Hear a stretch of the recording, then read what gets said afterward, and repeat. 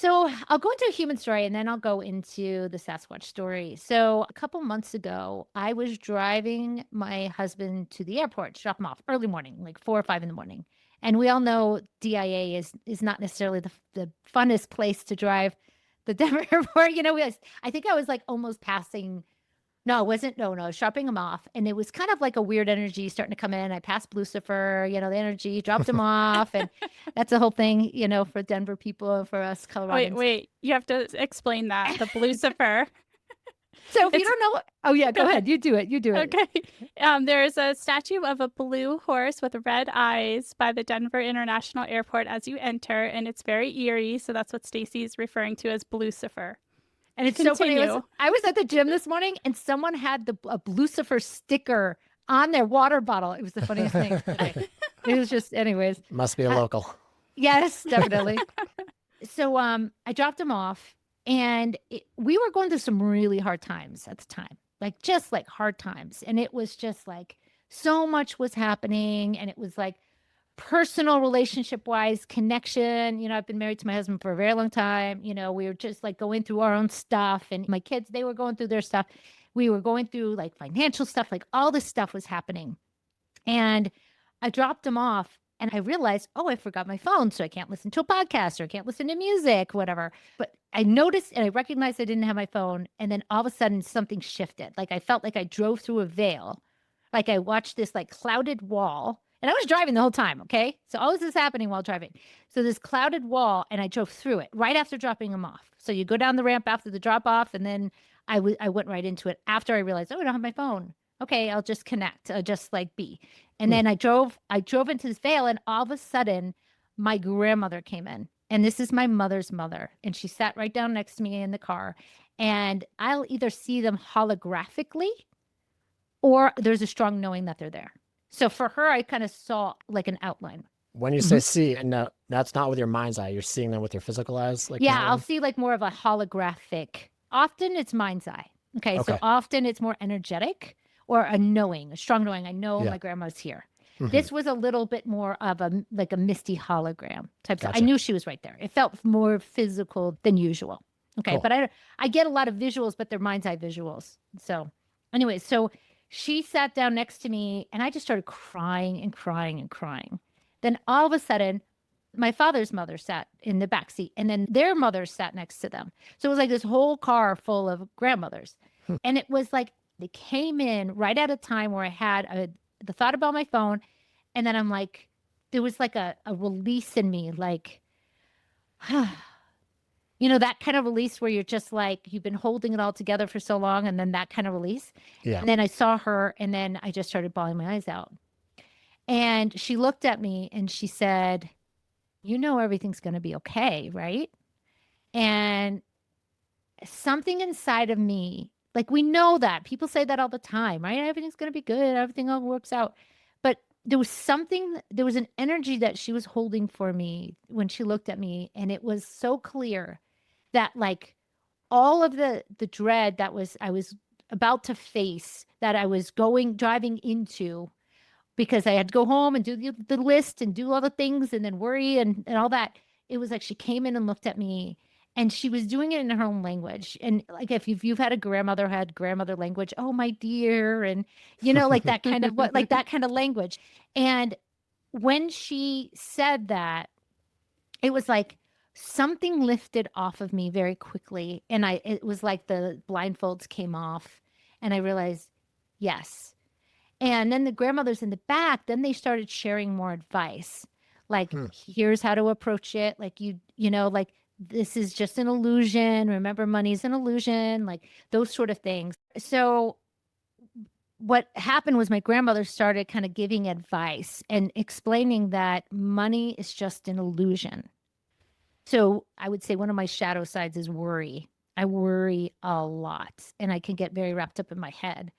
And they were really breaking down the understanding of that money is just an illusion.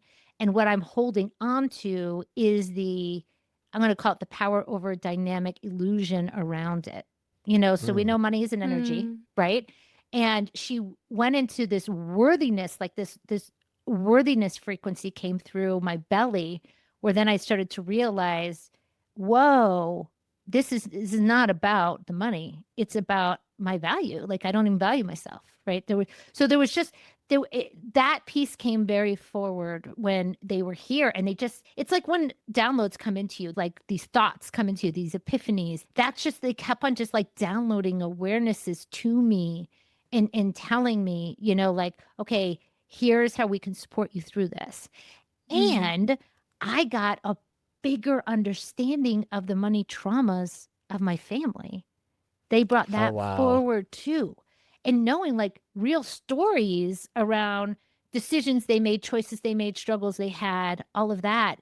And I believe that's also why the grandmothers came forward, was to really make it known, like, first of all, this is a cycle. This is another pattern that's happening. So that really brought me then to another level of, okay, how can I break this cycle?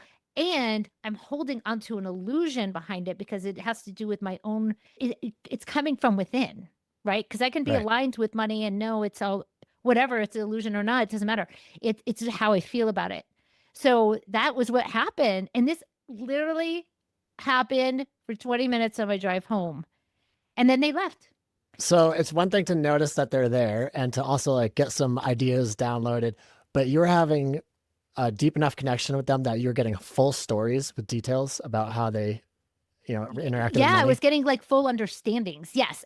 The stories were glimpses. Okay. And then these glimpses, and I had to ask my mom about a couple of things, like, did grandpa do this? And she's like, yeah, he did that, that sort of thing. So, gotcha. So certain understandings came through from the glimpses of things that they gave me. Yeah. But they were stories. I mean, they were just like, just bits of it. Okay, cool. That's what I was going to ask. Like, were you able to verify any of the information too? So it sounds like you were, which makes it very powerful. Yes. That was the fun thing of being able to go back to, especially my mom, and be like, hey, how was grandpa with money? What happened? Blah, blah, blah. And sure enough, a lot came forward. So how long ago did that story take place? So that was, gosh, I want to say in the spring. So maybe April. Okay, so it hasn't been too much time. I was going to ask you if you can look back now and see what shifted since then. I definitely don't have the fear I used to have around money, but one of the big things that really came forward is it accelerated my connection to the ancestors for myself, but especially for my clients. They come in quicker, they come in easier. I get a clear understanding of why they're here and what needs to get cleaned up. So it was a lot of that for me. So it feels like it was me having to trust myself in what I was experiencing or what I see. It was a lot of that. Yeah. So definitely. they gave me some understandings about whatever my struggles, but it felt like that was so minimal compared to, it was really like an opening happened within me, Wow. and really like living more heart-centered. And this is what that looks like for me. Awesome. Very cool. And I love too that they brought forth like their human experience and honoring your human experience and how hard that can be. Also, like in your moment of need, they were like, hey, we understand that they were human too, and they've walked through some hard things as well. And also the illusion of money. It's a very human struggle too. So I just love how they brought forth their stories to help you heal. Yeah. It was beautiful. Like it felt like a big grandma hug with what they were bringing forward. And again, the money thing, like that part was such a small part of it compared to like, trust yourself, love yourself, have faith, know that this is okay. It was a lot of that, it was a lot of that. So it was nice that there was these other little, like, as you said, like the 3D real story thing and all that. But the bigger piece I got out of it was like an opening for myself, and to believe in myself and trust the work that I'm doing. Cause it's kind of out there sometimes, and I got to know that's just my gift and what I'm bringing forward. Totally. Yeah. The cool thing was though, that I was totally taken care of while I was driving, because like, that's a big distraction. Right. And I literally was on I was on highways, you know what I mean? I wasn't just like on city streets well, that would be worse, I think, but I was driving straight, I guess, but it was this just like, it didn't matter. Like I knew everything was okay. The cars just kind of moved out of the way. I just, I was able to be in this like more trance-like state. And maybe that's bad to say and don't do it at home. Yeah, kind of exactly. Thing, but... Yeah. I want to jump in because that's how I used to feel my mom. Like one of the key ways she would come in, this is early on and she still does, and now my grandparents do, is in the car. I think we're like in Hara, like the level of intentionality, and we're very like focused. I don't know if that's it, but like something about it is prone to our ancestors coming in, because I have the same experience. Wow. Yeah, maybe it's because we're open, right? We're not distracted. We're just focused on driving. I mean, that would be the thing we'd be focusing on, but or it's like cleaning, or like, people say they get downloads when they're cleaning. It's like your mind is occupied. So your mind has a job, it's driving. It's not going to interrupt everything else that's about to happen. That's right. That's it. That's it. That is it. Yeah. Yeah.